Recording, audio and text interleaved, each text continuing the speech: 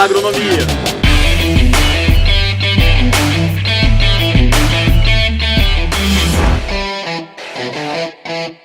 Fala agronomia, bem-vindos a mais um Botina Monstro. Hoje com o João Carlos Nunes, um mestre, vai dar uma aula para a gente.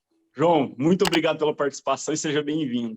Obrigado, Giovanni. É um prazer poder participar, dividir as experiências das pessoas com outros colegas e outras pessoas do ramo. Eu acho que é uma iniciativa muito interessante. A intenção é sempre inspirar o pessoal, João, e compartilhar realmente toda uma história que mostra alguns detalhes da vida profissional e dá dicas aí em torno da carreira. Pessoal, eu vou falar um pouco para vocês aqui do currículo do nosso amigo João Nunes. Ele formou pela Universidade Federal de Pelotas em 1976. Tem um MBA pela FGV, Fundação Getúlio Vargas, em Gestão Estratégica de Marketing, e também mestrado pela Universidade Federal de Pelotas na área de Tecnologia e Ciência de Sementes. Para a gente falar um pouco da carreira profissional dele, ele começou na Ciba-Gei, teve 15 anos e meio de Ciba-Gei, começou lá em 1976, foi R&D, né, Pesquisa e Desenvolvimento, Key Account Management em tabaco, olha que interessante, a indústria do tabaco é uma indústria muito grande, e foi gerente regional. Teve uma passagem também na parte da Ciba no suporte de gerenciamento de vendas, é isso, João? Isso mesmo, é isso mesmo. Atuou também na Novartis por também 6 anos e meio. Gerente de marketing de tratamento de semente, depois gerente regional de suporte técnico, e aí entrou na jornada da Syngenta, então participou da fusão, certo? Sim. Com Novartis. E na Syngenta já deu continuidade nesse segmento de tratamento de sementes como gerente de suporte técnico de tratamento de sementes. Isso mesmo. E aí teve uma carreira gigantesca aqui, gerente de portfólio de inseticidas, também sempre muito ligado no tratamento de semente, né, João? Sim, desde 92 praticamente eu já comecei a me ligar quase que exclusivamente com o tratamento de sementes. Né? Na Nufarm, lá em 2014, ficou 3 anos também ligado ao tratamento de semente do Nufarm. Depois juntou com a Momesso, então estava com a Momesso ali na parte técnica, de consultoria técnica. A Momesso é uma grande empresa de máquinas, né, João? Então vai ter também um momento legal aí de contar essa experiência. E hoje está como consultor em negócio e tecnologia de semente. Isso, e eu continuo também com a Momesso também, né? Depois eu explico. Continuo com a Momesso. A atividade lá, né? A turma da Momesso é fantástica, eu tive a oportunidade de ir lá também, conheci a fábrica, fiz um treinamento com eles, e é diferenciado, é realmente fantástico. Eu e o Júnior, que é o proprietário da Momesso, amigos há muitos anos, e em função disso acabei, quando me aposentei da Nufarm, criamos um laboratório lá. Eu vou falar sobre isso depois. Tá? Mas, João, vamos falar então do seu começo. Tá. Por que agronomia? Qual foi a inspiração? O que te fez entrar nessa área? Então, é interessante, cara, porque, na realidade, meu pai não era do ramo agrícola, embora meu avô era, né? Meu avô foi agricultor, ou dizicultor lá em Pelotas, né? Mas já quando tinha mais idade, quando eu me lembro, né, mais da minha juventude e infância, né? Ele já não era mais, ele tinha uma pequena propriedade rural, na época lá era pequena, 70 hectares, né? Produzia pesca, essas coisas assim, a gente tinha hábito de frequentá-la, né? Mas o meu pai ele não era do ramo agrícola, era um representante comercial de medicamentos. Tá? Não tinha mais ninguém do ramo agrícola, mas tinha esse exemplo do meu avô. Aí o que acabou? Na hora que eu terminei o colegial, eu tinha em mente ser engenheiro de alguma coisa, né? Não tinha bem definido, né? Aí até me lembro que eu estava na dúvida, cara, quando eu fiz vestibular, eu me inscrevi na engenharia civil e na engenharia agronômica, né? Aí eu fui aprovado nas duas. E aí, cara, aí eu tinha um agrônomo que eu tinha conversado muito e tal. Eu digo, não, eu acho que esse negócio aí não é para mim, engenharia civil, o negócio é agronomia. E fui lá. Não tinha assim definido 100% ainda o que ia ser. Mas foi interessante porque, durante o curso, né, eu realmente me achei lá. Eu acho, assim como eu acho que me acharia em outra profissão também, sabe? Eu acho que a gente tem capacidade para ser várias profissões. Depende do que você vai se dedicar, né? E do empenho que você tem, se você gosta do que está fazendo. Então, acabei na agronomia lá e foi muito legal, cara. até para se reinventar, né? Porque você vê dentro da agronomia, a gente tem vários ramos e o tratamento de semente, a parte de máquina industrial também é bem diferente, né? E a profissão de agrônomo também é uma coisa muito abrangente, né, cara? Se você pega... agora deu uma mudada no currículo, mas quando eu fiz, tinha desde a zootecnia, né? Você podia se dedicar para a produção de gado, podia ser, sei lá, construção rural, tinha de tudo um pouco, né, cara? Então, era onde você queria se dedicar, você ia, né, cara? É uma profissão muito abrangente, eu sempre digo. E como é que era o mercado lá em 1970, cara, pensando nele lá e hoje? O que mudou? Você não vai você acreditar. Fala para a turma nova? O mercado era comprador, Giovanni, tá? Não faltava profissional, entende? Assim, o pessoal vinha na escola para contratar as pessoas, sabe? Interessante, quando eu formei, a minha turma era muito grande, né? E não era só, não tinha tanta faculdade que nem tem hoje, sabe?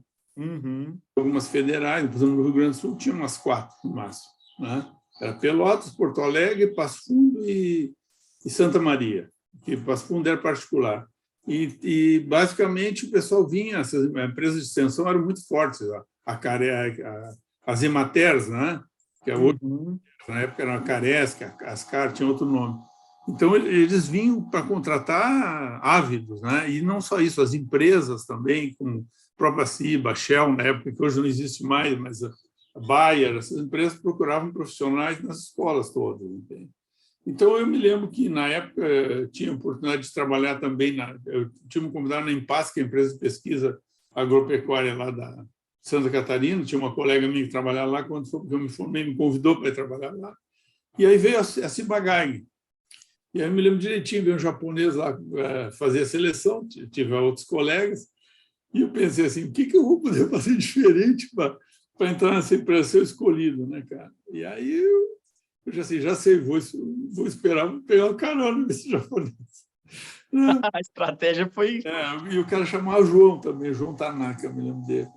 Eu esperei quase na porta lá da sala da entrevista, a hora que eu saí, pedi uma carona para ele, fui conversando com ele até a cidade, que era uns 20 quilômetros. Fui escolhido para São Paulo, teve uma nova seleção, acabei entrando na Ciba. Foi legal. Então, foi uma estratégia diferenciada para poder ganhar um pouco mais de tempo e mostrar currículo, mostrar experiência, mostrar vontade. Mostrar quem era também a pessoa. Quem era. Que isso é importante. Eu acho que quando você escolhe um profissional, tem o lado do conhecimento, tem, mas o lado pessoal, eu acho até muito mais importante que o conhecimento é fundamental, mas o lado pessoal também, eu acho. E uma parte que é interessante, eu também, quando eu saí da faculdade, eu não tinha muito para onde eu iria ir. Eu pensava muito em ser agricultor, mas não tinha jeito na época e acabou caindo no meu colo a Syngenta. Foi uma benção, assim, foi algo muito bacana para a minha vida profissional, que me abriu o leque. O que você fala desse sentido? Porque poderia ter ido para uma outra linha no agro, mas acabou indo para uma grande multinacional. Sim. O que essa oportunidade abre para um novo, um recém-formado? O que ensina o trabalho de uma multinacional? Muita coisa, cara. Isso é interessante, porque até eu acho que, em parte, eu sigo um pouco o exemplo do meu pai, sabe? Que meu pai era representante, viajava bastante. Eu acho que eu vi nisso uma oportunidade também para isso, também, sabe? Mas o que abre, cara? Puxa, a Ciba-Geigy era uma empresa muito democrática no ensino, sabe? Você vê que eu comecei no Arandi, e era uma empresa que ela dava na pesquisa e desenvolvimento e suporte técnico, tinha 2 divisões, né, técnicas, e mesmo para essa área, eles investiam muito na área comercial para a gente, sabe? Isso é uma coisa que eu nunca me esqueço e dou um valor tremendo. Eles sempre investiram em educação, muito, muito. Então, a Syngenta também, a Novartis, são empresas que sempre investiram no preparo da educação dos profissionais. Eu me lembro que é uma coisa que sempre me impressionou, que eu estava com 1 ano e pouco de empresa, quase 2 anos, chamaram a gente para participar de curso de técnicas de venda, né? E aí eu comecei a entender que vender não é só vender produto, né? Você vende tudo, né? Você está sempre vendendo. Eu estou conversando com você, eu estou vendendo, você está me vendendo. Entre as assim, ideias, né? Que eu estou dizendo, a gente vende ideias, a gente vende uma série de coisas no sentido não só comercial, mas de pessoal, tudo, né? Então, sim. É uma negociação constante, uma negociação, né, João? o tempo inteiro. Então, eu acho interessante, porque isso aprende você a lidar com muitas situações, né, críticas, às vezes, na vida, que te ajudam. Esse ensino de negociar, assim. Você comentou uma sigla aí, o R&D. O É. que é R&D? A turma vai talvez pensar, pô, já ouvi RTV, ATV, tem um monte de sigla DTN. O que é o R&D? O que Então, um profissional em R&D faz? tinha uma época que o pessoal pensava que Arandi era uma pessoa. Então, na verdade, o R é de research, né? E o D é de development, então é pesquisa e desenvolvimento, né? Na realidade, era bater estaca no campo, como eu brincava, né? A gente ia para o campo montar os experimentos, né? E naquela época a gente mesmo fazia tudo, aplicava, avaliava, colhia, quer dizer, claro que tinha uma equipe. Até eu posso te mostrar, eu tenho uma foto aqui, ó. Não sei se vai dar para ver, não sei se consegue ver. Está dando para ver aí? Levanta mais um pouquinho. Ó. Aí. É uma máquina que está lá atrás? É uma máquina, uma trilhadeira, tá? Trilhadeira. E aí era o time de peão que me ajudava, tá? Uma moçada que tinha na cidade lá, e a gente passava num local lá que tinha gente para trabalhar e levava junto. Então, estava colhendo, isso era para colher o ensaio. Tinha um Fiatzinho pequeno desses aí, um 147, que era o menor Fiat, hoje seria o Uno, né? E era o carro que a gente trabalhava, né? Na época, ou mesmo, hoje em dia, né, o R&D é a primeira linha de frente quando recebe um novo produto no mercado, né? Antes mesmo do produto sair, o R&D que está testando, que está validando dose, recomendação, tudo isso, né? Produtos que vinham em código ainda, a gente tinha algumas informações, mas era realmente produto bem em fase inicial ainda. Levava no mercado 6, 8 anos, até mais, né? Dependendo. Que é interessante para a moçada nova entender que existe dentro das empresas essa área que ela não é vendas, né? Às vezes a pessoa fala, mas eu não gosto de vender. Mas tem essa área que ela é pesquisa pura, né? Tipo um cientista. Mas esse não gosta de vender, eu volto a insistir que, mesmo que você trabalhe na área das ciências, exclusivamente você quer se dedicar só à área de pesquisa e desenvolvimento, em algum momento você vai ter que vender alguma ideia. Você vai ter que explicar o seu produto, convencer alguém, né, das suas ideias. Então, acho que é importante a gente nunca esquecer isso, sabe? Sempre ter isso na cabeça. É fundamental isso, né? E a gente tendo um preparo é mais fácil Com certeza, para convencer a outra pessoa de uma forma justa, de uma forma íntegra, é importante você ter um conhecimento por trás. Isso mesmo. E essas áreas que eram feitas no R&D são áreas hatch? E o que é uma área hatch? Olha, na época, no início, quando eu comecei a trabalhar, a gente não fazia áreas hatch, a gente fazia áreas só com produtos que já tinham um certo nível de... Vamos dizer, já tinha o hatch. Na época não existia esse hatch, na verdade. Existiam algumas licenças que não chamavam hatch, né? Mas eram produtos que já vinham próximos ao lançamento, né? Acho que foi depois, lá nos anos 80, que surgiram esse tipo de ensaio, chamavam fase 2, que aí era um tipo de um hatch, que não existia isso na época, né? Esse termo hatch, né? Mas era um fase 2 que a gente chamava, que era quando o produto recente tinha saído daquela parte das casas de vegetação, lá na matriz, que era na Suíça, em Basileia, né? Aí podia vir. Então, tinha uma licença especial para o governo, fazer teste de campo, a gente implantava os ensaios e tinha que controlar todo o ciclo, colher os ensaios e destruir a cultura depois, destruir o resultado, porque não podia, né, ser utilizado para nada aquilo lá, enquanto não terminasse todos os estudos, né? Então, era basicamente isso. Mas ali você definia, você trabalhava com herbicida, inseticida, fungicida, né? Então, basicamente era trigo, soja, milho, sorgo, um monte de culturas, né? E depois o tabaco, né, também. A gente tinha alguma coisa de tabaco também. Esse é um ponto legal, João, que às vezes eu conversei com alguns estudantes, eles têm a seguinte pergunta. Se eu trabalho em uma cultura que não é soja, depois eu consigo entrar no universo da soja? E aí eu pergunto em relação ao tabaco. O que é esse universo que é diferente? Poucas pessoas que conhecem a cultura do sim. tabaco. E como que é para você caminhar dentro de uma empresa, mesmo numa cultura que ela é muito regional? Então, cara, o que aconteceu dentro da minha atividade de pesquisa e desenvolvimento, né? Veio um produto para desenvolver. A gente já tinha um fungicida para trabalhar na cultura, mas era, do ponto de vista econômico, ele era muito pequeno o valor, sabe? Uhum. Mas eu já frequentava a cultura, porque como eu fiquei, no início eu fui trabalhar, minha sede era Santa Maria, lá no Rio Grande do Sul, que era o centro do estado, então o trabalho era muito bom do ponto de vista local. Eu acabei tendo que ir para Santa Cruz do Sul, que é próximo, dá uns 150 quilômetros, e tinha que ir nas companhias de tabaco, porque para entrar para fazer o teste, você tinha que ter anuência das áreas técnicas das empresas. Uhum. O tabaco é muito organizada, né? Sabe? É uma das culturas, para mim, mais bem organizadas que tem. É um exemplo de organização, em termos de assistência técnica, de fomento, tudo. E aí acabamos desenvolvendo um produto que é um antibrotante, que é um produto para inibir a brotação do tabaco, porque a colheita do tabaco são as folhas, né? Então não interessa ter semente no tabaco, nem a produção de alguma coisa a partir da semente, é a folha mesmo. Então. E aí o que aconteceu? Durante esse desenvolvimento, o produto tinha um potencial bom. Como eu era a pessoa mais vamos dizer, Tinha mais conhecimento no mais produto. conhecimento na cultura e do negócio, eu me lembro que quando foram lançar o produto, aí o pessoal veio e perguntou: oi, João, nós vamos entrar no mercado, você lá e fazia parte de vender, né? Então, na época, na verdade, esse termo Key Accounts nem existia dessa forma. Acabei comecei como RTV e acabei responsável pelo negócio todo.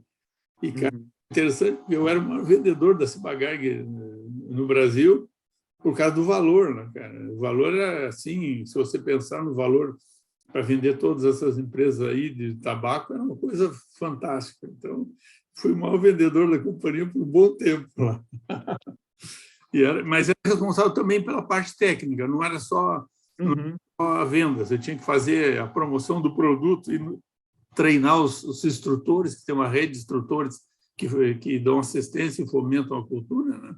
Você tinha que viajar, não tinha essa história que nós temos hoje, estamos falando aqui, né, remotamente. Aliás, não tinha nem os projetores, não tinha celular, era tudo no gogó. Dia tal, no horário tal, eu tinha que estar lá. E usava flip chart para dar palestra. Chart. A tecnologia que até hoje ainda existe, né? Que a hora que a gente vai para um dia de campo é muito útil para fazer Mas era só o que né? era alta tecnologia, né? O flip chart. À mão, feito à mão aí.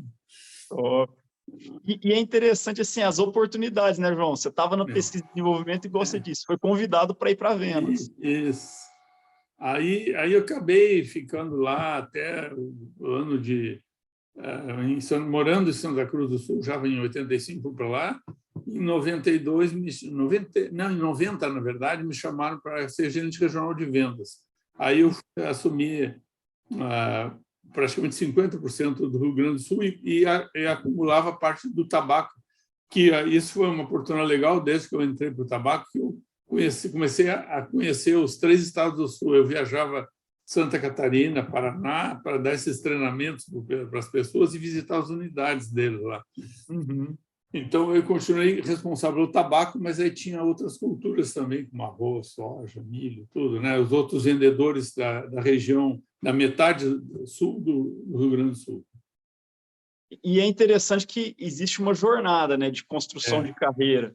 Porque para você se tornar gerente, você tem que ter passado por outras experiências, né? Hoje, a gente percebe que a turma está querendo correr muito rápido, está querendo subir muito rápido. Qual que é a dica para o profissional que quer se tornar gerente? O que ele tem que pensar para poder fazer essa subida de forma adequada? Sim, eu acho que é o seguinte, primeiro tem que estar sempre se atualizando e se preparando, né, do ponto de vista intelectual e profissional, né, tá se atualizando, mas, ao mesmo tempo, também tentar absorver o máximo as experiências e aprender com elas, porque não basta a gente querer a gente querer ser promovido sem ter preparo. A gente tem que se preparar para ter oportunidade. A hora que surgir oportunidade também, que às vezes você não está prevendo, você tem que estar preparado. Porque é difícil tomar, muitas vezes, algumas decisões, né, para certas posições, se você não estiver realmente preparado. Certeza você nunca vai ter, né? Risco sempre tem, né? Eu sempre digo assim. Sempre vai ter o frio na barriga. Sempre tem, mas faz parte do jogo, né, cara? Mas é interessante. O povo hoje tem menos paciência para esperar no seguinte. A gente vê que as pessoas, às vezes, pensam assim, mas eu já devia ter oportunidade e tal. Eu acho que, às vezes, a oportunidade não surge 100% na hora que você quer. Também você não vai esperar a vida toda, mas, às vezes, não aparece naquele ano, mas no ano seguinte aparece, né? Na verdade, a gente até que cria muita oportunidade, certo? Sim. E para quem assumiu uma vaga de gerência, qual que seria a primeira atitude ou as primeiras atitudes para se tomar pensando num cargo de gestor? Você tem que primeiro conhecer as pessoas, tá? Conhecer as pessoas, porque conhecendo as pessoas, elas vão te suprir com as informações que você precisa para te atuar naquele cargo. É que nem quando você foi assumir a área de gerência de vendas lá. Enquanto eu, João Carlos, gerenciava a minha área, muito mais fácil, porque eu dependia de mim. Agora, quando você começa a depender de outras pessoas, você tem que ter uma capacidade de interagir com elas, porque você nunca vai saber o que elas sabem, tudo. Você depende delas, e você tem que ter confiança nas pessoas, né? Se você não interagir com as pessoas e fazer com que elas confiem em você e você confie nelas, fica muito difícil você trabalhar e ter toda a informação que você precisa. Então, acho que qualquer negócio, a interação com as pessoas é fundamental para você poder vamos dizer assim, ter um melhor desempenho, entendeu? Eu acho que é isso aí. Se você trabalha em time, você tem que trabalhar em time, tá? Saber lidar com as diferenças pessoais das pessoas, entender um pouco cada um, porque se você não tiver, vamos dizer assim, tolerância, compreensão e proatividade no sentido de tentar entender as pessoas, fica difícil, entende? Tem que realmente... Tem que conhecer, gostar de gente e também fazer essa conexão com a empresa, né? O que a empresa precisa, o que o campo precisa, juntar todo mundo e pôr para trabalhar. Isso mesmo. Na CIBA, eu fui, depois que eu ficava um ano ainda como gerente regional, até foi uma coisa interessante, porque me chamaram na matriz lá e o diretor de vendas lá disse assim, João, nós temos uma oportunidade aqui, queremos trazer você e tal. E eu na dúvida, sabe, que você tinha que movimentar a família e tal, já tinha movimentado a família uma vez, duas vezes, né? Aí eu achei uma graça, porque na época eu fiquei na dúvida, porque quando chegou no dia lá que os caras estavam anunciando a estrutura, quando eu vi, estava o meu nome lá. Ainda não tinha confirmado tudo, mas estava lá. Aí não teve jeito, né? Aí já vamos embora. Aí fomos, né?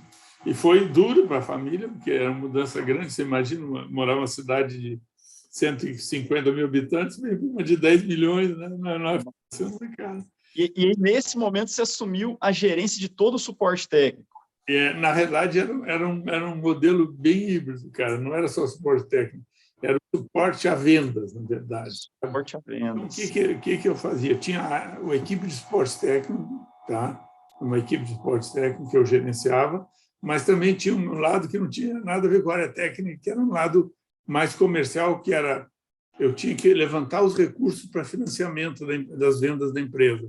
Então, negociar tinha uma outra equipe, né? Tinha vários profissionais que trabalham na área de negociar, por exemplo, com bancos privados recursos para financiar vendas da empresa, entende? Tinha que negociar com os caras de banco para, olha, tem vendor, tem isso, tem aquilo, que sistema de financiamento não usar para vender, né? Mostrar mercado, oportunidade. Isso mesmo. Então, e ainda tinha uma área que era atendimento ao cliente também. Então, tinha 3 gerentes embaixo de mim que faziam cada uma área. Muito interessante. Isso é muito legal do ponto profissional. E aí eu fiquei 1 ano nessa posição, basicamente, Aí teve uma reestruturação grande depois na empresa, no outro ano, e essa área foi, vamos dizer assim... Segmentada? Não, eles, por exemplo, pegaram a área de finanças e botaram um gerente específico de finanças, suporte técnico, outro para atendimento ao cliente, e aí me chamaram para ser gerente de mercado de tratamento de sementes nessa época. Aí foi que eu realmente... Eu já tinha tido experiência com tratamento de sementes, mas foi a época que eu realmente comecei a me dedicar a tratamento de sementes. Mas nessa época, João, era Ciba e virou Novartis? Ciba ainda. Ainda era Ciba-Geigy. Ciba-Geigy. E aí surgiu a área de tratamento de sementes e você foi convidado para a área de tratamento de semente. Foi basicamente isso. Foi. Na realidade, tinha um colega que já era gerente, ele tinha saído para tocar um negócio próprio. Alguém para essa área e me chamaram para essa área. Aí eu fui, recebi treinamento específico, fui lá, tive um treinamento na Basileia, lá tinha um centro já, um pequeno centro de tratamento de sementes da Ciba, né? E como que tudo isso começou? Foi uma ideia de fora ou a gente já tinha alguma coisa que a gente pedia aqui dentro do Brasil por tratamento de semente? Como é que foi o começo? Não, já tinha tratamento de sementes. Na realidade, a história do tratamento de sementes é antiga, né, cara? É muito... No milho, por exemplo, até vou dizer assim, eu não sei da data que começou a tratar sementes com fungicida, porque o milho sempre foi vendido, a semente tratada pelo menos com fungicida já vinha da indústria, né? Fora isso, o trigo tratava semente. Eu me lembro quando eu estava lá na pesquisa de desenvolvimento, a gente testou o produto para trigo, ainda não tinha produto próprio, e no passado eu não cheguei a pegar isso no campo quando eu entrei, mas não sei se você deve ter ouvido falar que usaram os produtos mercuriais para tratamento de semente de trigo, né? Que na época foram um dos primeiros produtos, né? Então, a tratamento de semente é uma coisa antiga já, só que não tinha a grandeza que tem hoje. A grandeza do tratamento de sementes, de maneira geral, decolou com a entrada dos inseticidas, principalmente os chamados neonicotinoides. Neonicotinoides, né? Por causa do valor, né? Aí, claro, é interessante que eu vi um vídeo uma vez da história do tratamento de semente. Ele remete a muito, muito antigo, né? Tem uma história famosa aqui no passado que os caras dizem que um navio carregado com trigo naufragou lá perto da praia lá, e alguns acabaram sendo recuperados pelo pessoal, né? E alguns comeram trigo e outros semearam. E aí diz que não deu uma doença lá que era uma doença que causava bastante problema, e dizem que foi o primeiro caso de tratamento de sementes involuntário, né? Aí, o sal da água ajudou a tratar. Então, existe isso, sim, é uma coisa muito antiga, né? Tratamento de sementes. E dizem que até antes disso já tentavam fazer algumas coisas ainda, mas a história não é muito precisa em relação a isso. E aí, nesse momento, você foi para a Novartis na sequência? Na realidade, Novartis... Porque teve uma junção, né? Uma fusão. É uma junção. Na realidade, a Novartis é uma fusão também, né? A Sandoz com a Ciba-Geigy, né? Aí entrou a Novartis, né? Na realidade, o que aconteceu é que acho que a Novartis, na época, aliás, as empresas de produtos farmacêuticos, elas eram muito mais rentáveis do que uma empresa agro, né? E aí a agro estava começando. E elas decidiram separar as divisões para ter mais transparência na questão de gerenciamento financeiro, né? Foi interessante, porque aí, claro, e toda fusão é um pouco traumática. Mesmo que você continue na empresa, você vê colegas seus deixarem a empresa, e muitas vezes são pessoas assim, altamente capazes, mas é aquela história, não tem lugar para todo mundo numa fusão. Porque acaba que tem um cargo que tem duas pessoas para o mesmo cargo. Isso. E aí, qual que é o grande segredo disso? Qual que é o segredo para você participar de uma fusão, mas continuar na empresa? Olha, cara, eu acho o seguinte, eu acho que o importante é você, assim, empresa não é muito diferente de um órgão público em termos de política de ambiente, né? Tem que saber transitar num ambiente de uma empresa, tá? E tomar cuidado para que você não entre em vamos dizer assim, bolas divididas, vamos dizer. Bola dividida, não, você não tome partido por emoção, tá entendendo? Tentar é difícil, mas você não pode. E entender que se você cria alguns atritos desnecessários, né, porque achar que isso é aquilo, ou você se você não está de acordo com alguma coisa, você tem que sair, né? Se você acha que tem espaço para você continuar na empresa e lidar com as pessoas que estão lá, eu acho que é um fator de adaptação. E é aquilo que eu falei, você tem que conhecer as pessoas com quem você está dividindo, ver se vale a pena continuar convivendo com eles, né? E também se tornar conveniente para a empresa, no sentido, sem comprometer as suas convicções, entendeu? Então, não é fácil você viver num ambiente com muitas pessoas, mas é aquela história. Se aquilo te dá prazer, te dá, né, desafios, e que você quer continuar aquele desafio, você tem que saber navegar, né? E a negociar. Tem que entender que o ser humano é um ser político, você tem que fazer uma certa política, abrir mão de algumas coisas, se forçar em outras. Negociar o tempo inteiro. Negociar. Se você não quer negociar, aí não adianta, você não pode continuar, entende? Porque numa hora de uma fusão dessa aí, é triste você ver os seus colegas que são muito bons saírem, né? Coisa de anos, não é coisa de um ano, não, é coisa de 10 anos de convivência, né, que você sabe, puta, aquele cara é um baita profissional, e ele saiu, né? A gente poderia dizer que, como se fosse na escola, né? Existem algumas tribos dentro das empresas, né? Você tem que saber navegar em todas as tribos. Sempre tem. E ter um pouco da sua também, né? Saber de onde estão seus amigos mais chegados. Sim, mas você tem que navegar com todo mundo, porque todo mundo... O time é o todo, né, cara? Esse é o fator mais importante, você saber navegar no meio, né? No meio, né? Falando no tratamento de semente, vamos voltar um pouco nessa área, que eu acho que é uma área muito interessante, e ela, para mim, remete um pouco, assim, tanto ciência, mas também muita inovação, muita criatividade.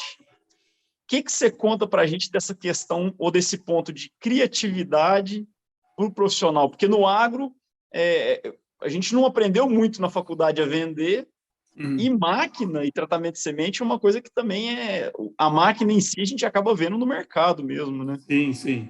Na verdade, é aquilo que eu falei, enquanto era só fungicida, era muito empírico, tinha cara que trabalhava de qualquer jeito, tinha cara que fazia umas caixas no chão e jogava semente, jogava produto em cima, era tudo assim. Porque o valor era baixo e, às vezes, não despertava vontade de investimento, muitas vezes. Mas quando entraram esses produtos de maior valor, que nem o próprio neonicotinoide, depois o fipronil também, aí a gente pensou assim, poxa vida, mas esses produtos têm um potencial para mais do que simplesmente fazer a coisa da maneira rudimentar, né? E aí, quando a gente viu isso, a gente tentou fazer o tratamento industrial, até para ter uma qualidade melhor de aplicação. As primeiras vezes deu zebra, porque as formulações não eram as mais adequadas, sabe? Difícil de colocar a dose certa com a máquina, teve que adequar para o maquinário também, né? Isso. E aí, dentro da própria, ainda era Ciba-Geigy, não, era Novartis, já era Novartis. Aí começou uma história como o Messo, aí, de certa forma, né? Porque o Evaristo era o dono da empresa, eu não vou entrar muito em detalhe, mas foi lá no tempo da Ciba, ele já fez uma máquina para tratar sementes. Ele não era do ramo, ele fazia, aliás, não era do ramo de tratamento de sementes. Ele era da área de manutenção de máquinas agrícolas, fazia manutenção de máquina agrícola para amendoim, para cana, esse tipo de coisa. E aí eles desafiaram ele a reproduzir uma máquina de tecnologia alemã, e ele fez e começou aí. Mas é interessante a história dessa máquina, né? Ele pegou parte, por exemplo, de pulverizador de avião, certo? Foi montando uma coisa com várias Isso foi depois. Na verdade, foi justamente aí que começou a minha história com o Messo, de fato. É que eu estava lá no Rio Grande do Sul e tinha uma cooperativa, Cotribá, que tinha uma máquina, mas era uma máquina daquelas bem rudimentar. E aí, o Júnior, vamos fazer um negócio diferente aqui, vamos botar um atomizador aqui, vamos colocar um controle de dosagem. E isso partiu de vocês, ou seja, foi algo que veio do mercado ou algo que veio da empresa? Porque é interessante saber que muita coisa que acontece no campo parte do profissional, né? Parte da atitude, isso foi parte, proatividade da turma, né? A ideia inicial foi minha, na verdade. Eu na parte de tecnologia da máquina, eu não entendo muito, que é uma parte mais da engenharia mecânica, né? Mas aí eu vi justamente o Micronair aí do avião, né, e pensei, pô, por que a gente não vai usar essa tecnologia para tentar adaptar? Para colocar em uma máquina que pode ajudar a gente no dia a dia. Isso. E aí eu disse assim, mas não só isso. Eu pensei assim, mas como é que nós vamos controlar isso? Aí, conversando com o Júnior, ele disse, não, vamos botar um controlador lógico programado que a gente controla uma bomba. E assim, ele disse, vamos botar essa bomba. Então, fomos montar lá em Birubá, e foi a primeira máquina que a gente montou lá. Deu uma zebra, queimamos o equipamento na primeira vez, mas depois consertamos, o negócio funcionou. Então, eu digo, primeiro, a experiência com tratamento de sementes industrial foi lá na Cotribá, em Birubá. E eu imagino que assim deve ter revolucionado o mercado, né? Sim. Foi um negócio assim. Demorou um pouco, mas depois a gente também foi na própria Pioneer, lá em Santa Cruz do Sul, colocou uma máquina de batelado. A Pioneer era uma empresa sempre muito aberta à inovação, foi legal, também experiência. E daí começamos a desenvolver os equipamentos. E foi interessante, tinha um colega da Suíça que, quando a gente começou a desenvolver máquina, ele queria que importasse as máquinas da Europa, né? Aí ele dizia assim, não, aí vocês nunca vão conseguir fazer uma máquina de qualidade. E hoje as máquinas brasileiras são tão boas ou melhores até que muita máquina importada, sabe? E quando eu falo, não só as da Momesa, eu sou feito para falar, mas são altíssima tecnologia, são sistemas altamente tecnológicos, né? Mas hoje o Brasil não deve nada para chamado primeiro mundo aí, em termos de tecnologia de aplicação. Acaba que não adianta, né? O Brasil é o país do agro e o que está no agro a gente consegue mexer aqui nesse subsídio.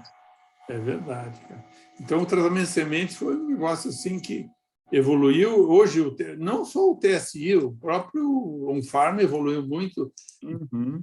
Hoje, as máquinas, a maioria das máquinas são, no mínimo, tem um controlador lógico programável, elas têm, né? É interessante que a gente teve um descasamento no campo em relação à qualidade de tratamento, que o industrial era extremamente melhor. Mas hoje, com as máquinas que a gente tem de alta qualidade, o campo começou a chegar a um nível de qualidade tão bom quanto, né? E o que faz a diferença, na verdade, você tem que ter equipamentos, mas são sempre pessoas, eu sempre digo. Mesmo uma máquina de alta tecnologia, tudo depende do cara que vai lá e aperta o botãozinho e toma a decisão de colocar a receita com as doses corretas, faz tudo corretamente, ele tem que ter um profissional preparado. Assim como no campo também, da mesma forma, né? Se você entregar para um peão despreparado, vai sair coisa errada. Se a gente fosse pensar, então, o que é o grande segredo por trás do tratamento de semente? A pessoa, a máquina, mas vamos colocar passo a passo para o pessoal novo entender. Eu acho o seguinte, em primeiro lugar, sempre são pessoas, não só no tratamento de semente. Pessoas é que fazem a diferença, tá? O pessoal fala muito em inteligência artificial e tal, mas se não tiver alguém para comandar a inteligência artificial, para dar informação para a inteligência, não adianta. Entende? Então, as pessoas são e vão continuar sendo muito tempo. Pelo menos eu não tenho um horizonte de dizer que as pessoas não vão ser importantes. Elas são a razão de tudo, né? Mas se a gente olha hoje no tratamento de semente, tem a entrada de biológico, tem vários produtos que estão agregando e que está aumentando o leque, né? Sim. Isso aí precisa conhecimento, né, cara? Na verdade, o conhecimento é gerado por pessoas, né? Então, eu sempre digo, pessoas é que fazem a diferença. E treinamento, muito preparo, né? Conhecimento, isso tudo é que faz a diferença. Na área de biológicos, eu acho que está havendo um crescimento bastante intenso, mas eu acho que a gente tem que conhecer mais. Eu acho que ainda tem certa muito espaço, afobação, acho, no mercado biológico, sabe? E nós temos que melhorar muito assim, a questão de compatibilidade dos biológicos com os químicos, que está sendo muito usado biológico com químico.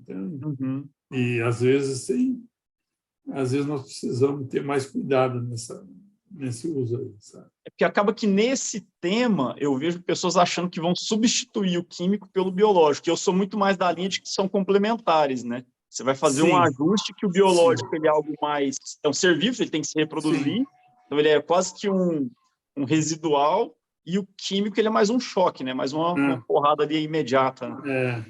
Na verdade, né, Giovanni, a gente sabe que impossível não dá para dizer que mas é difícil, né? É difícil porque tem que ter uma evolução tecnológica nessa questão do biológico muito grande, né? Em termos de formulação, em termos de organismo, uma série de coisas, né? porque o biológico depende muito do ambiente, depende mais que o químico do ambiente. Uhum. Então, quando você tem um fungo lá que tem estrutura de proteção, tudo bem, aí ele, ou uma bactéria, um bacilo, né, que tem endosporos ou estrutura de resistência, aí é tranquilo. Agora, você tem muitos desses organismos biológicos que não tem. Não tem. O inoculante ainda, que é um produto bem antigo, ainda tem essa dificuldade, né? Sobreviver na semente. Né? Então, o pessoal tenta fazer inoculante de longa-vida, mas ainda não tem aquele maravilha ainda que você use, né, tratado e que aguente desaforo. Né? Uhum. Tem um limite, né? Não tem como ser vivo. Tem. Hoje ainda o químico ainda é indispensável. Né? Nessa jornada, eu imagino que muitos cargos foram convites, você não precisou fazer entrevista, mas Sim. em alguns momentos, mesmo com o cargo sendo um convite, a gente precisa fazer entrevistas. Sim. Como que é a entrevista para altos cargos? O que é a Olha, dica, ou qual que é o caminho para uma entrevista? Que é diferente, né? Você ser contratado para assistente técnico, ter um tipo de entrevista. Mas Sim. quanto mais vai subindo, muda, né? Como é que é? Bom, na realidade, internamente é muito, eu digo assim, que é fácil porque você já conhece as pessoas, né? Eu tive poucas entrevistas fora da empresa. Na realidade, quando eu terminei meu ciclo na Singenta, me aposentei, e eu comuniquei que eu tinha tomado a decisão de sair, que é uma hora que você acha que você tem que tomar. Eu preferi tomar a decisão, né? Porque antes chegasse alguém e dissesse assim, ó, você vai se aposentar, né? E preferi eu. E aí a minha esposa é arquiteta e ela estava reformando a casa de um colega que foi diretor, foi presidente da Singenta, que é o Valdemar. Uhum. E em conversa com a esposa dele, ela falou: o João vai sair e tal. A minha surpresa é que eu já estava no processo de saída e eu recebi uma ligação de um ex-colega da CIBA que trabalhava na Nufarm, que é diretor comercial da Nufarm, dizendo: João, nós sabemos que você vai se aposentar e tal, você não quer prolongar sua carreira aqui na Nufarm? Vem conversar comigo aqui. Aí foi a primeira experiência que eu tive fora do interno, né? Mas foi de uma maneira que eu já conhecia a pessoa, né? Então foi uma maneira normal. Então, quer dizer, apesar que eu tive também um convite na época da Mitsubishi, fui entrevistado pela Mitsubishi também, mas eu acho que, como eu conhecia as pessoas já, né? Foi uma transição e uma entrevista, praticamente já tinham decidido, vai ser o João Carlos, entendeu? Não cheguei a ter muitas dessas experiências assim de entrevista, mas acho que o importante é o seguinte: você tem que ser autêntico, né? Mostrar bem quem você é, né? E tentar entender bem a oportunidade, sabe? Porque às vezes, quando você vai para uma entrevista para um cargo, você tem que entender bem a sua responsabilidade. Na época, por exemplo, eu fui trabalhar na diretoria da Nufarm, eu era ligado diretamente ao presidente, que era o Valdemar Fischer, né? E foi uma experiência muito interessante você ficar ali, porque era um sistema de trabalho bastante legal. Tinha a sala do presidente, que era o Valdemar, e ao lado tinha os diretores. E aí você participava do dia a dia, o pessoal falando no telefone, você ouvia tudo que você falava, você ouvia também. Então, você aprende um monte das outras áreas nessa oportunidade. Então, essa oportunidade para mim foi incrível ter trabalhado na área da diretoria da 3 anos, né? Foi muito legal. E aí, quando terminou meu ciclo, aí eu acabei saindo, eles me convidaram: monta uma consultoria, continua trabalhando para a gente. Eu continuei trabalhando para Talvez o grande segredo dentro de uma entrevista dessa está no network, né? Você já conhecia as pessoas, sim, tinha uma história, um currículo, montou um nome e foi para a entrevista já sabendo com quem você estava falando, né? Geralmente, quando é um cargo assim, né, você já tem uma exposição, de alguma forma, algum network te ajuda. Não é impossível quando você não tem, né? Mas você ter acesso à oportunidade, às vezes, faz a diferença. Porque é mais comum anunciarem publicamente uma oportunidade, né? Mas antes era muito nessa história: vamos procurar lá, e não tinha nem os headhunters do jeito que tem hoje, né? Dessa maneira comum hoje. Né? E é muito na história mesmo, né? É um bate-papo, uma entrevista dessa, contar a sua história, como que você se desenvolveu, o que você tem feito, certo? É verdade, é isso mesmo. É isso mesmo. Você tem que mostrar a sua experiência, você tem que falar sobre as suas habilidades, né? Suas técnicas, tem que ser autêntico, não adianta achar que, não, vou me posicionar assim, não tem essa, você tem que se posicionar como você é isso, ser autêntico. Né? E na questão de preparo, você fez mestrados, MBA, Sim. como que foi? Qual o momento para se fazer um curso desse e qual que é o conselho para se dar para um profissional para ele tomar essa decisão? Porque você vai continuar trabalhando Sim. e vai assumir uma carga de um estudo mais aprofundado. Então, tem que Sim. tomar um certo cuidado para não transbordar, né? Para continuar entregando seus resultados. Eu acho que hoje tem um fator que ajuda muito, são os ensinos à distância, tá? E também os ensinos desenhados para quem trabalha. Por exemplo, o meu mestrado, eu fiz o chamado mestrado profissionalizante, muito interessante, que tem lá na Universidade Federal de Pelotas. Foi um dos primeiros até. Hoje já tem outras escolas. E quando eu tomei a decisão, foi uma iniciativa própria, não foi a empresa que... Mas foi legal porque a empresa me incentivou a fazer. Né? Então, eu tinha me proposto a tirar parte das minhas férias para fazer o curso. O curso era concentrado. Eram de 15 dias. Então, eu digo, então eu vou usar minhas férias para fazer o curso. E, no fim, a empresa disse, não, nós temos interesse nisso, e acabaram me liberando. Né? Então, eu ficava internado 15 dias, né, no curso e voltava. Passava 45 dias, mais 15 dias, e assim ia indo. Foi uma experiência legal, porque eu conhecia pessoas de várias... Isso foi outro negócio que, quando você faz um curso, não é só aquilo que você aprende no curso, você aprende com seus colegas. Cooperativa, de escritório. As pessoas que você conhece, as experiências que você contribui. De outras empresas, entendeu? Então, além me deu um network, até com clientes que participavam do curso, foi muito legal, cara. E no curso da GV também. O curso da GV era um curso de, tipo, sábados, era sexta-feira e sábado. Então, sexta-noite você ia para o curso e passava sábado o dia inteiro. Então, foi um curso feito dessa forma. Então, acho que também, novamente, network, experiências, né?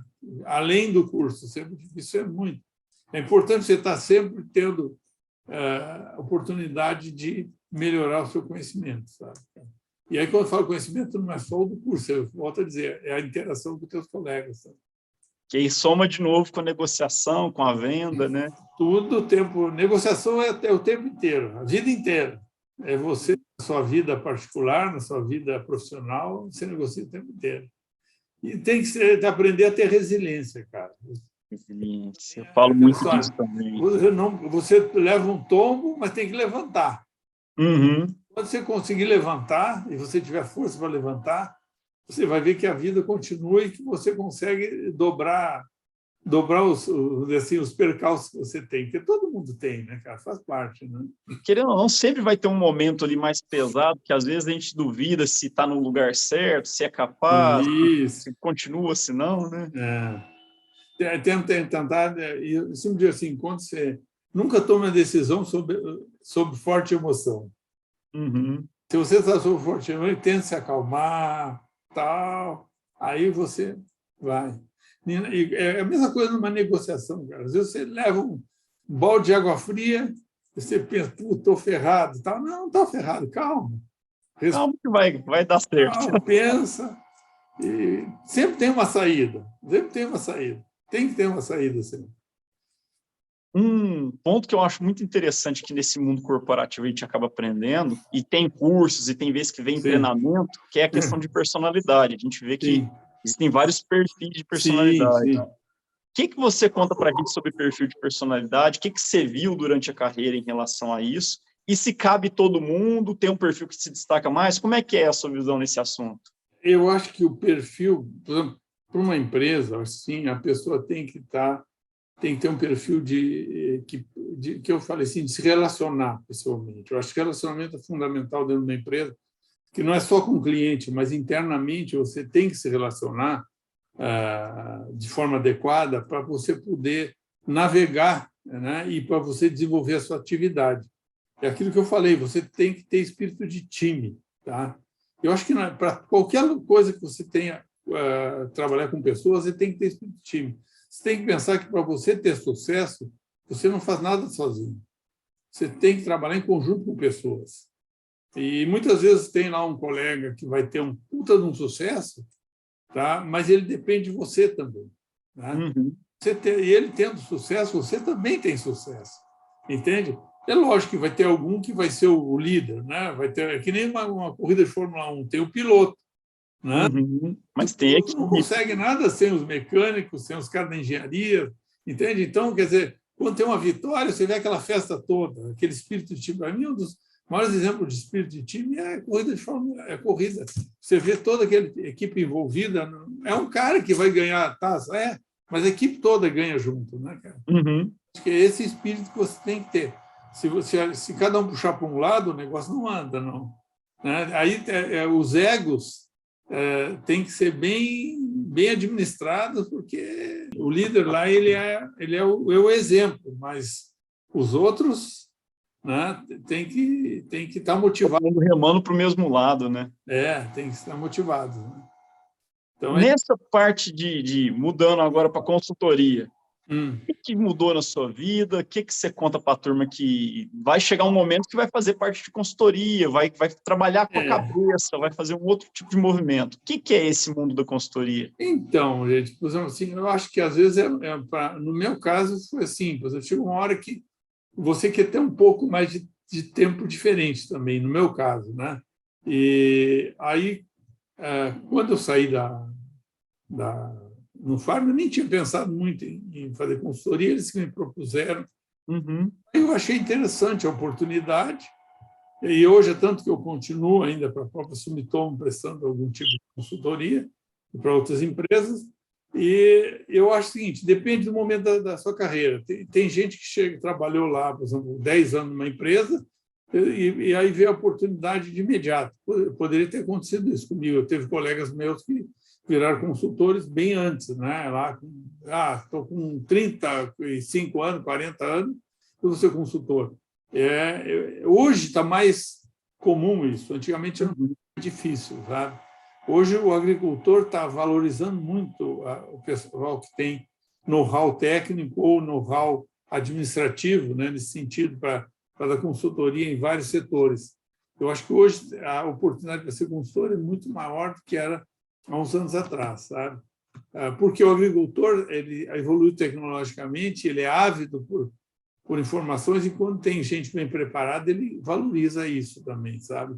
Mudou. É a percepção do mercado de que é um investimento, né? Você vai ganhar mais usando esse dinheiro para ter mais conhecimento. Isso.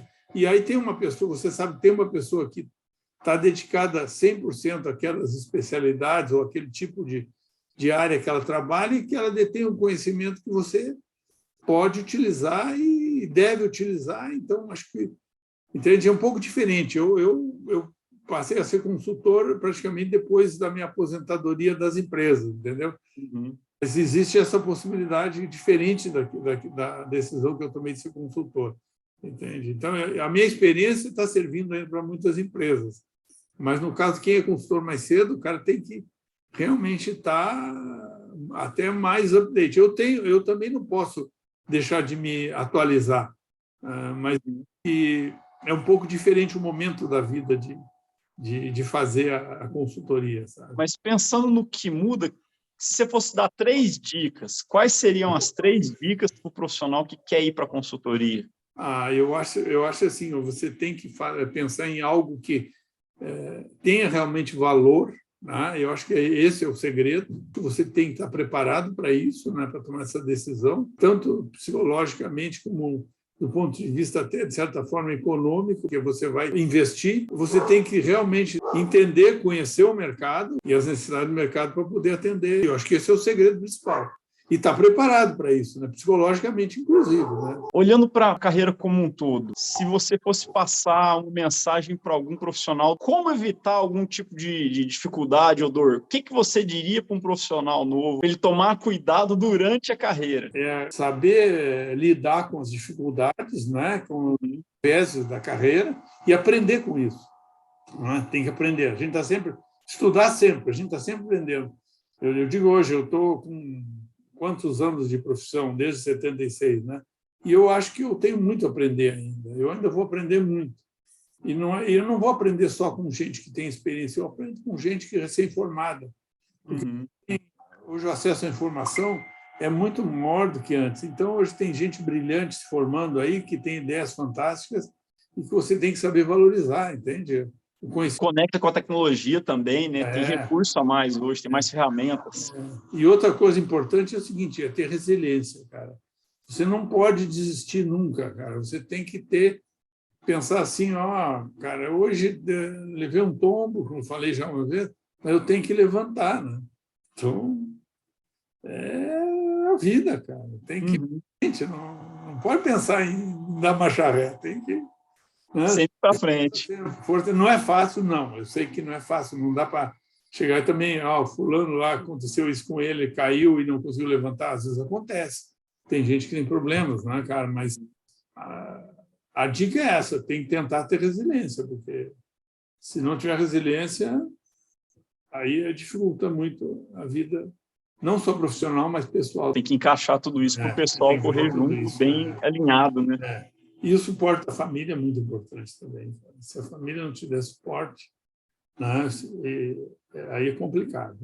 João, se você pudesse voltar no tempo, e lá em 76, certo? O que você diria para o João Carlos Nunes, que acabou de formar, para ele destacar talvez mais rápido na vida profissional? O que você diria para esse recém-formado? Olha, cara, é até difícil a sua pergunta, porque na época que eu formei, cara, assim, eu não tinha quase experiência nenhuma, não tinha quase saído de Pelotas, entendeu? Então, talvez eu teria saído mais teria conhecido mais para me ganhar mais experiência de vida, tá? Antes de até entrar na faculdade, porque quando eu entrei na faculdade eu tinha 21 anos, eu podia ter tentado mais. Apesar que eu tinha uma oportunidade de trabalhar antes na área comercial já. Quando eu era estudante, sempre trabalhei. Desde que eu entrei, antes de entrar na faculdade, eu trabalhava. Durante a faculdade, eu trabalhava. Então, e trabalhava na área do faz tudo, sabe, cara? Eu trabalhava em imóveis, olha só. Entendeu? Então, foi uma experiência interessante. Se você puder ter essa experiência, ajuda, eu acho. Tentar ter alguma atividade. Antes ou durante a faculdade de trabalho, acho que é uma coisa que ensina muito a gente também. Já começar a estar de direção para esse profissional, aprender a ter algum jogo de cintura no mundo comercial. Isso aí foi legal essa experiência que eu tive. Então, o que eu faria de novo, talvez eu faria na época era muito mais difícil fazer um curso de inglês, eu teria feito um curso de inglês, sabe? Eu acho que hoje línguas são uma coisa importante. O inglês, para mim, é fundamental, mas, por exemplo, nós estamos na América Latina, sabe dominar o espanhol, que é uma coisa que eu acho assim, eu não falo espanhol, falo portunhol, mas nunca tive problema de comunicação com... eu fui gerente da América Latina, né, várias vezes, em várias posições, então eu acho que o espanhol é fundamental e tem muita gente que tem dificuldade. Se tem dificuldade, aquilo que você tem dificuldade é que você tem que estudar. Entende? Aquilo que você é ruim, entre aspas, é que você tem que ir atrás. Tem que depender, né? Sabe, você pode melhorar naturalmente. Agora, aquilo que você tem mais dificuldade é onde você tem mais investir. Essa é a minha dica. Tá? Bacana. E, às vezes, quando você está recém-formando, a gente não tem essa visão. Não é nada, não é crítica nenhuma, é natural. As pessoas não tem... Porque é difícil olhar para um horizonte tão longo, né, de pensar que vai estar negociando com alguém em outra língua. Né? E também tentar ter oportunidade, procurar oportunidade com quem tem experiência. O que não quer dizer que todo mundo tem experiência, é 100%, você vai seguir 100% o exemplo dele, mas você tenta ver o que ele tem de bom e aproveitar o que ele tem de bom naquelas pessoas com experiência. Fazer um filtro, né, para poder pegar aquilo que cabe para a própria pessoa. Isso, porque as pessoas todas também têm os seus valores, né? Eu acho importante. Né? E aquela história também que eu acho também, sempre questionar, né? Sempre questionar no bom sentido. Você, quando tem uma informação, você questiona a informação, que faz parte do espírito do pesquisador. Como pesquisador ou como vendedor, você tem que pesquisar sempre. Né? Então, você tem que estar sempre questionando para poder entender na vírgula, né? Isso aí. Meu amigo João, muito obrigado. Conversa muito boa. Você vê que voa o tempo, né? Já foram 1 hora, ligeirinho. 1 hora de conversa. Obrigado pela participação, obrigado pelas dicas, pela história. Foi muito 10. Te agradeço demais, João. Eu também agradeço a oportunidade aí, espero ter contribuído aí, viu? Tamo Um junto. grande abraço aí. Valeu. Valeu.